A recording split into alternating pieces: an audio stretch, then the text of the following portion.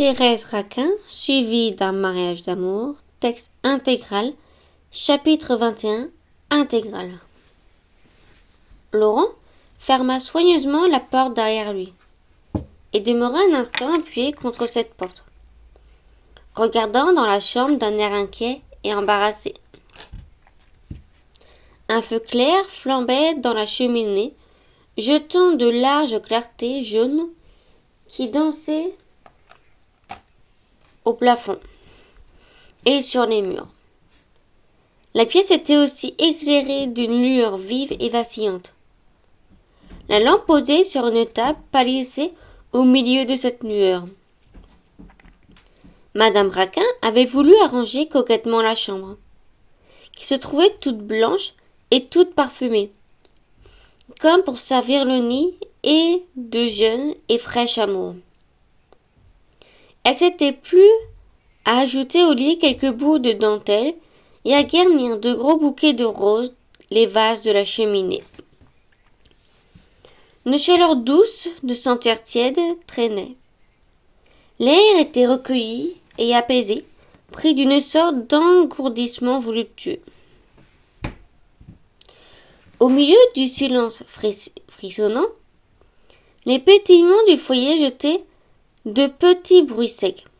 On eût dit un désert heureux, un coin ignoré, chaud et sentant bon fermé à tous les cris du dehors.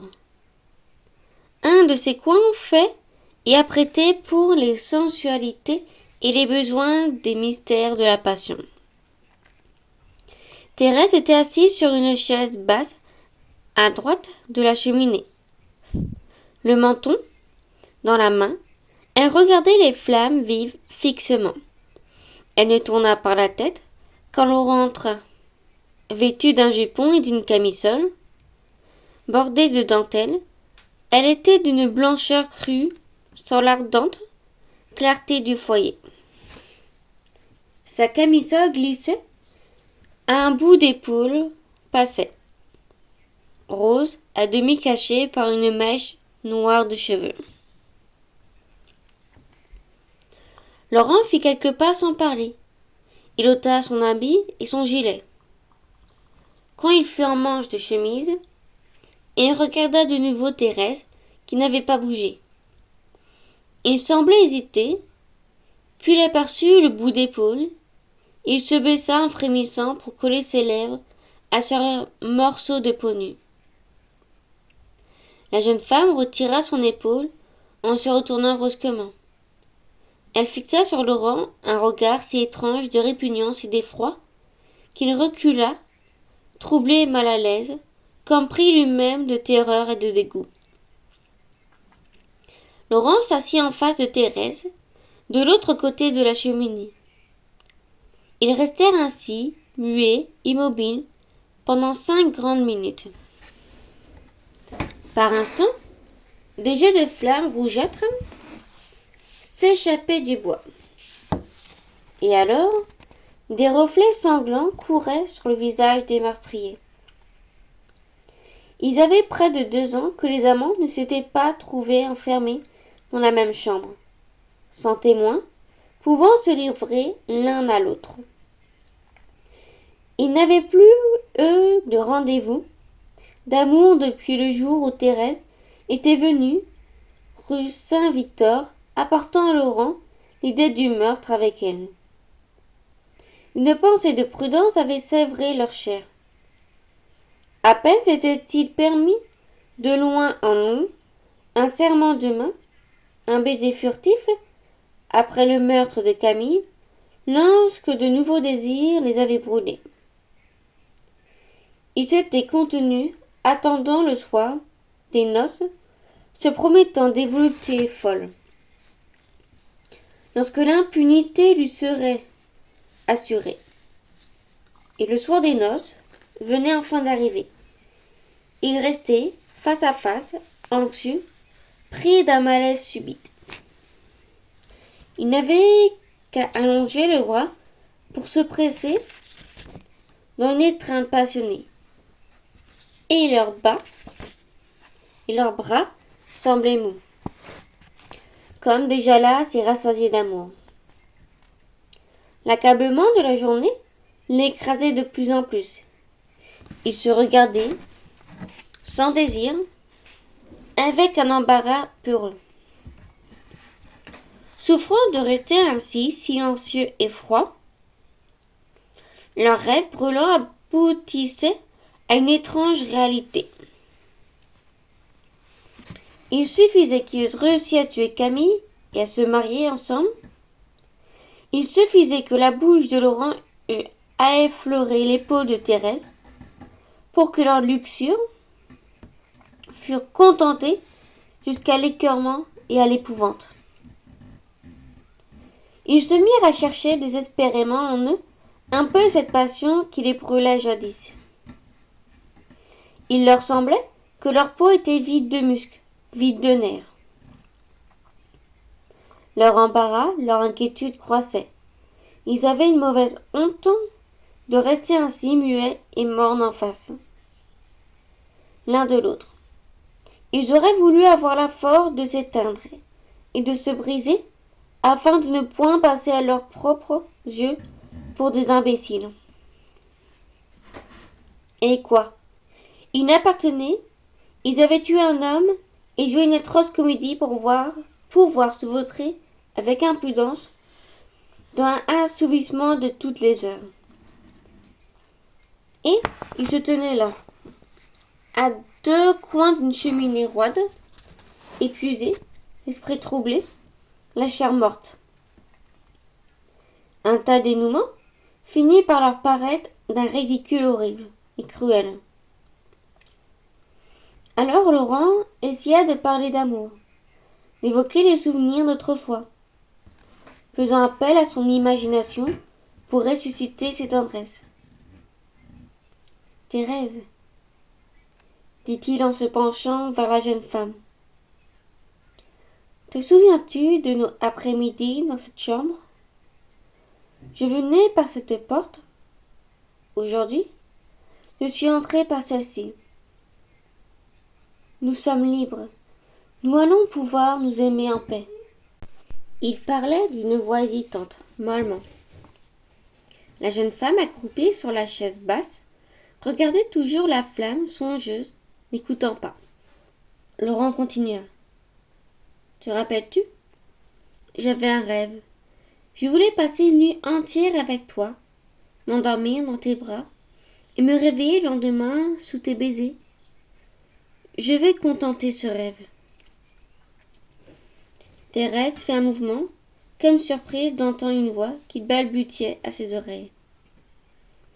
Elle se tourna vers Laurent, sur le visage duquel le foyer envoyait, en ce moment, un large reflet rougeâtre. Elle regarda ce visage sanglant et frissonnant. Le jeune homme reprit, plus troublé, plus inquiet. « Nous avons réussi, Thérèse. Nous avons brisé tous les obstacles et nous nous apportons. L'avenir est à nous, n'est-ce pas? Un avenir de bonheur, tranquille, d'amour satisfait. Camille n'est plus là. » Laurent s'arrêta, la gorge sèche, étranglant, ne pouvant continuer. Au nom de Camille, Thérèse avait reçu un choc aux entrailles. Les deux meurtrières se contemplèrent, hébétées, pâles et tremblants. Les clartés jaunes du foyer dansaient toujours au plafond et sur les murs. L'odeur tiède des roses traînait. Les pétillements du bois jetaient des petits bruits secs dans le silence. Les souvenirs étaient lâchés. Le spectre de Camille venait s'asseoir entre les nouveaux époux. En face du feu qui flambait, Thérèse et Laurent retrouvaient la senteur froide, émis du noyer dans l'air chaud qu'ils respiraient. Ils se disaient qu'un cadavre était là, près d'eux. Ils s'examinaient l'un l'autre sans oser bouger. Alors, toute la terrible histoire de leur crime se déroula au fond de leur mémoire. Le nom de leur victime suffit pour les emplir du passé, pour les obliger à vivre de nouveau des angoisses de l'assassinat. Ils n'ouvrirent pas les lèvres, ils se regardaient et tous deux eurent à la fois le même cauchemar. Tous deux entamèrent mutuellement des yeux le même histoire cruelle. Cet échange de regards terrifiés, ce récit muet qui allait se faire du meurtre, leur causa une appréhension aiguë, intolérable. Leurs nerfs qui se tendaient les menaçaient. D'une crise, ils pouvaient crier, se battre peut-être. Laurent, pour chasser les souvenirs, s'arracha violemment à l'extase épouvantée qui le tenait sous le regard de Thérèse. Il fit quelques pas dans la chambre, il retira ses bêtes et mit des pantoufles, puis il revint s'asseoir aux côtés de la cheminée. Il essayait de parler de choses indifférentes. Thérèse comprit son désir.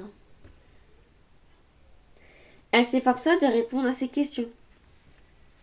Ils causèrent de la pluie et du beau temps. Ils voulurent se forcer une causerie banale. Laurent déclara qu'il faisait chaud dans la chambre. Thérèse dit que cependant, des courants d'air passaient sous les petites portes de l'escalier. Ils se retournèrent vers la petite porte avec un frémissement subit. Le jeune homme se hâta de parler des roses, du feu, de tout ce qu'il voyait. La jeune femme faisait effort, trouvait des monosyllabes pour ne pas laisser tomber la conversation. Ils s'étaient reculés l'un de l'autre. Ils promenaient des airs dégagés. Ils tâchaient d'oublier qui ils étaient et de se traiter comme des étrangers qu'un hasard quelconque aurait mis face à face. Et malgré eux, par un étrange phénomène, tandis qu'ils prononçaient des mots vides, ils devinaient mutuellement les pensées qu'ils cachaient sous la banalité de leurs paroles. Ils songeaient invinciblement à Camille. Leurs yeux se continuaient le récit du passé. Ils tenaient toujours du regard une conversation suivie muette, sous leur conversation à haute voix qui se traînait au hasard. Les mots qui jetaient çà et là ne signifiaient rien, ne se liaient pas entre eux, se démentaient. Tout leur être s'employait à l'échange silencieux de leurs souvenirs épouvantés. Lorsque Laurent parlait des roses et du feu, d'une chose ou d'une autre, Thérèse entendait parfaitement qu'il lui rappelait la lutte dans la barque, la chute sourde de Camille, et lorsque Thérèse répondait un oui ou un non à une question insignifiante, Laurent comprenait qu'elle disait se souvenir ou ne pas se souvenir d'un détail du crime. Ils causaient ainsi, à cœur ouvert, sans avoir besoin de mots, parlant d'autre chose. N'ayant d'ailleurs pas conscience des paroles qu'ils prononçaient, ils suivaient leurs pensées secrètes, phrase à phrase. Ils auraient pu brusquement continuer leur confidence, à voix haute, sans cesser de se comprendre. Cette sorte de divination, cet entêtement de leur mémoire, à leur présenter sans cesse l'image de Camille, les affolait peu à peu. Ils voyaient bien qu'ils se devinaient et que, s'ils ne se taisaient pas, les mots allaient monter d'eux-mêmes à leur bouche, nommer le noyé, décrire l'assassinat. Alors ils serrèrent fortement les lèvres, ils cessèrent leur causerie. Et dans le silence accablant qui se fit, les deux meurtriers s'entretinrent encore de leur victime. Il leur sembla que leurs regards pénétraient mutuellement leur chair et enfonçaient en eux des phrases nettes et aiguës. Par moments, ils croyaient s'entendre parler à voix haute. Leur sang se faisait. La vue devenait une sorte de oui. étrange et délicate. Il lisait si nettement leurs pensées sur leur visage que ces pensées prenaient un son étrange, éclatant, qui secouait tout leur organisme. Il ne se serait pas moins entendu s'il s'était crié d'une voix déchirante. Nous avons tué Camille et son cadavre est là, étendu entre nous, glaçant nos membres. Et les terribles confidences allaient toujours plus visibles, plus retentissantes, dans l'air calme et moite de la chambre.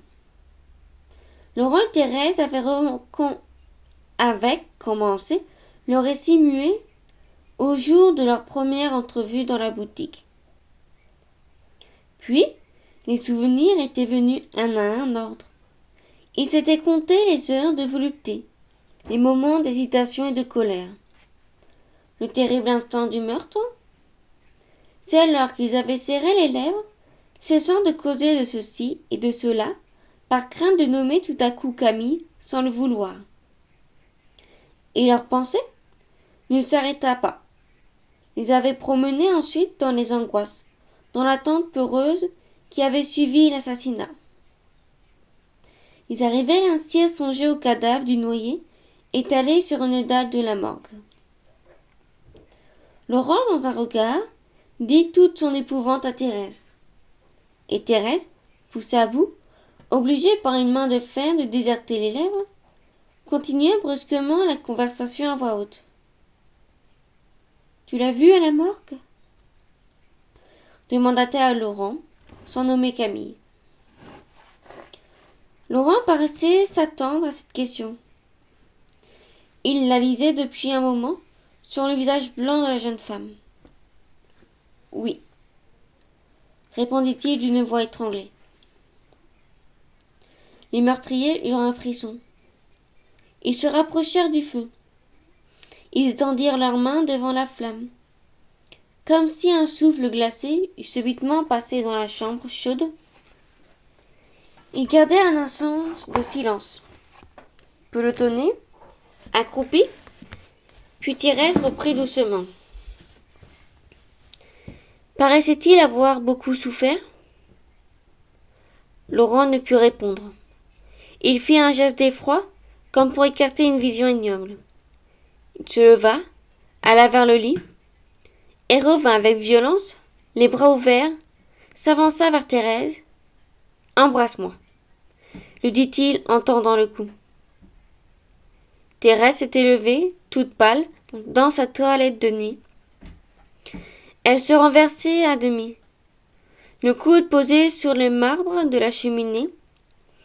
Elle regarda le cou de Laurent. Sur la blancheur de la peau, elle venait d'apercevoir une tache rose. Le flot de sang qui montait agrandit cette tache, qui devint un rouge ardent.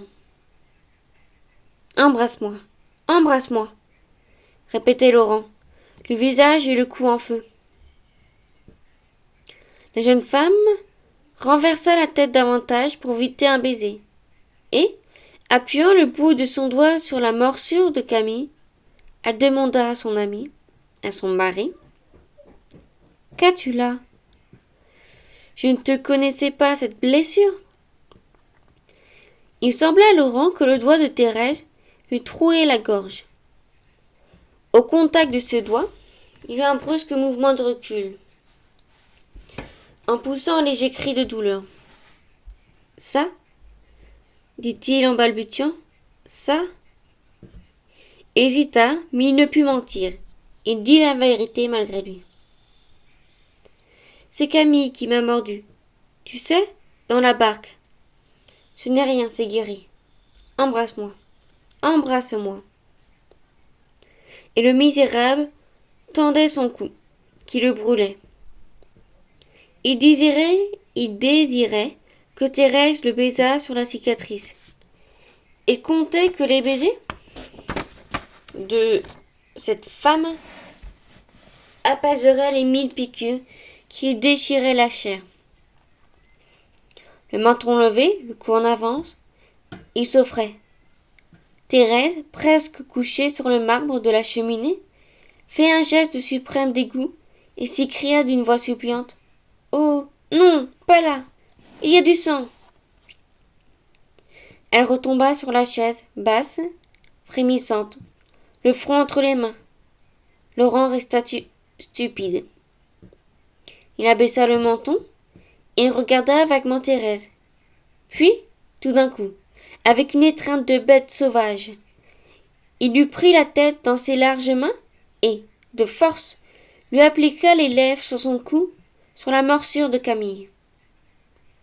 Il écrasa un instant cette tête de femme contre sa peau. Thérèse s'était abandonnée. Elle poussait des plaintes sourdes. Elle étouffait sous le cou de Laurent. Quand elle se fut dégagée de ses doigts, elle s'essuya violemment la bouche. Elle cracha dans le foyer. Elle n'avait pas prononcé une parole. Laurent, honteux de sa brutalité, se mit à marcher lentement, allant du lit à la fenêtre. La souffrance, seule, l'horrible cuisson, lui avait fait exiger un baiser de Thérèse. Et, quand les lèvres de Thérèse s'étaient trouvées froides sur la cicatrice brûlante, il avait souffert davantage. Ce baiser obtenu par la violence venait de le briser.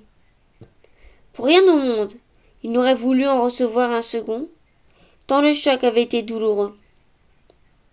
Il regarda la femme avec laquelle il devait vivre, et qui frissonnait, pliée devant le feu, lui donnant le dos. Il se répétait qu'il n'aimait plus cette femme, et que cette femme ne l'aimait plus.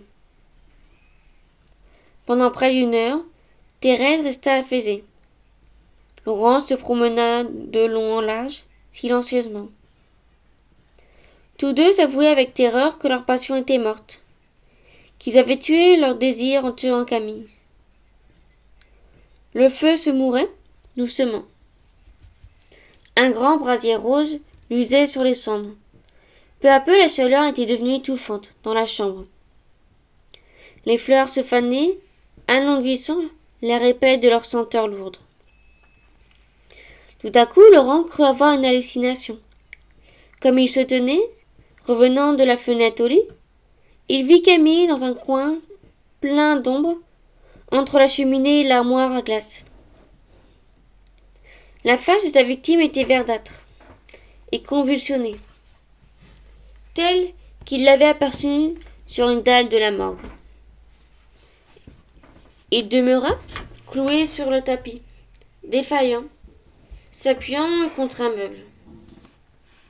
Au râle sourd qu'il poussa, Thérèse leva la tête. Là, là, disait Laurent d'une voix terrifiée. Les bras tendus, il montrait le coin sombre dans lequel il apercevait le visage sinistre de Camille. Thérèse, gagnée par l'épouvante, vint se serrer contre lui. C'est son portrait, murmura-t-elle à voix basse, comme si la figure peinte de son ancien mari eût pu l'entendre. Son portrait? Répéta Laurent, dont les cheveux se dressaient. Oui, tu sais, la peinture que tu as faite. Ma tante devait le prendre chez elle, à partir d'aujourd'hui. Elle aura oublié de le décrocher. Bien sûr, c'est son portrait. Le meurtrier hésitait à reconnaître la toile. Dans son trouble, il oubliait qu'il avait lui-même dessiné ses traits, heurtés, étalés, s'étincelles, qui l'épouvantaient. L'effroi lui faisait voir le tableau tel qu'il était, ignoble, mal bâti, boueux, montrant sur un fond noir une face grimaçante de cadavre. Son œuvre l'étonnait et l'écrasait par sa laideur atroce. Il y avait surtout les deux yeux blancs flottant dans les orbites, molles et jaunâtres, qui lui rappelaient exactement les yeux pourris du noyé de la morgue. Il resta un moment haletant, croyant que Thérèse mentait pour le rassurer. Puis il distingua le cadre. Il se calma peu à peu. Va le décrocher, dit-il tout bas à sa jeune femme. Oh non, j'ai peur, répondit celle-ci avec un frisson. Laurent se remit à trembler. Par instant, le cadre disparaissait. Il ne voyait plus que les 2 yeux blancs qui se fixaient sur lui longuement. « Je t'en prie, reprit-il en suppliant sa compagne. Va le décrocher. Non, non. Nous nous tournerons contre le mur, nous n'aurons plus peur. Non, je ne puis pas. Le meurtrier, lâche et humble, poussait la jeune femme vers la toile, se cachait derrière elle pour se dérober au regard du noyé. Elle s'échappa, et il voulut payer d'audace. Il s'approcha du tableau, levant les mains, cherchant le clou. Puis le portrait eut un regard si écrasant, si ignoble, si long, que Laurent, après avoir voulu lutter de fixité avec lui, fut convaincu et recula accablé en murmurant. « Non, tu as raison, Thérèse. Nous ne pouvons pas. Ta tante le décrochera demain. » Il reprit sa marche, de long en large, mais sans la tête, sentant que le portrait le regardait, lui suivait des yeux.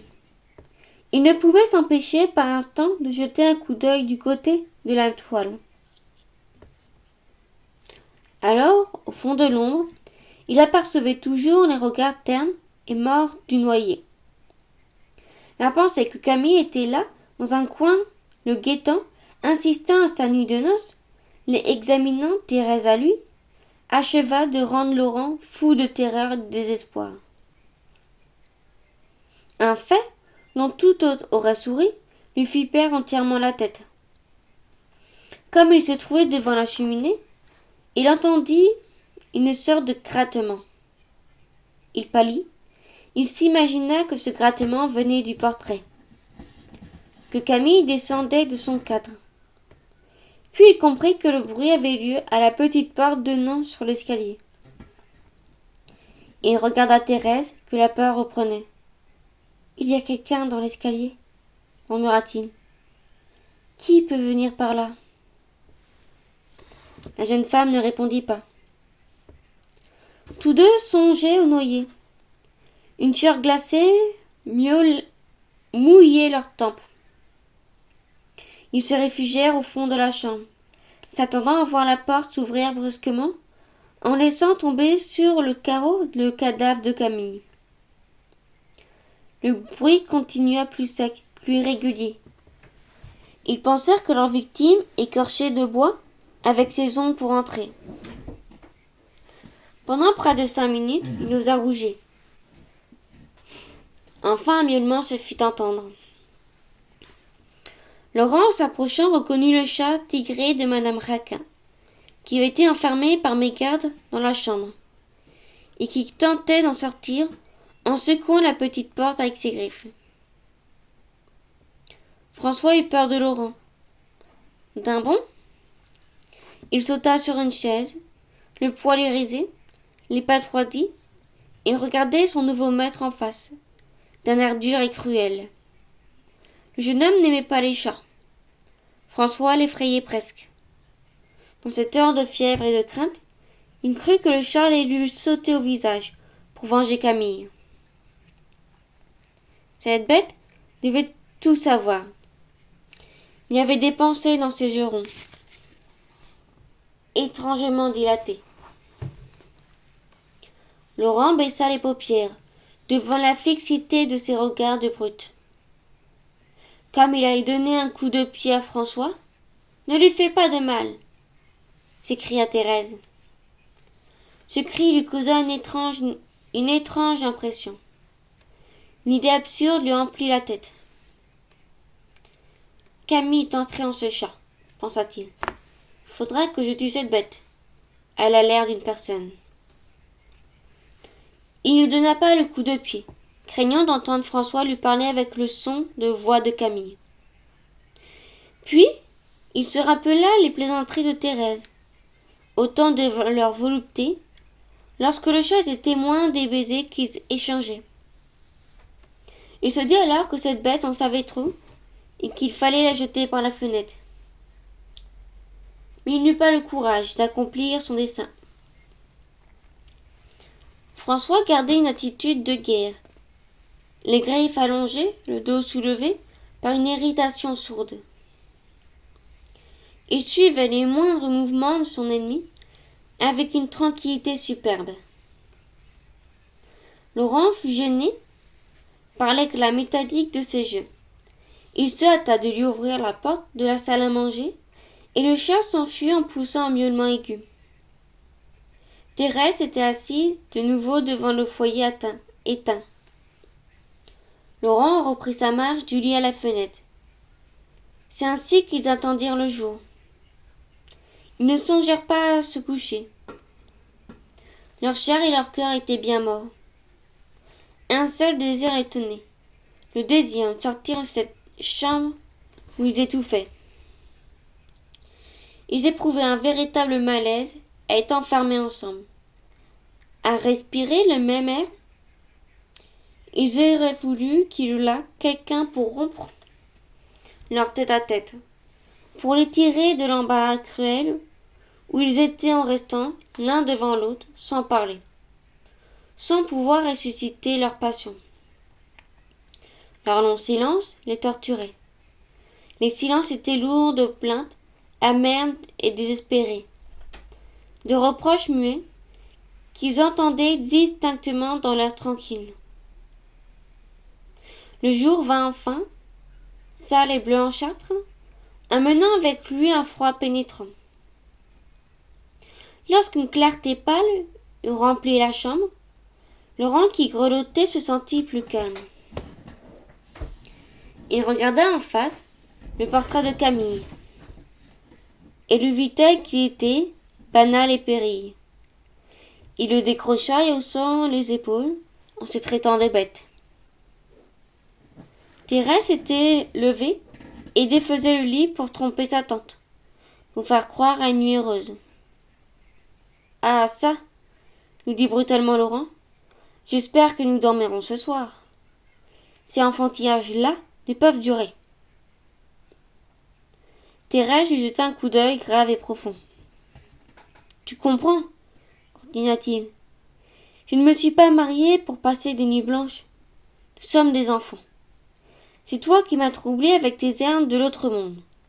Ce soir, tu tâcherais d'être gai et de ne pas m'effrayer. » Il se força à rire, sans savoir pourquoi il riait.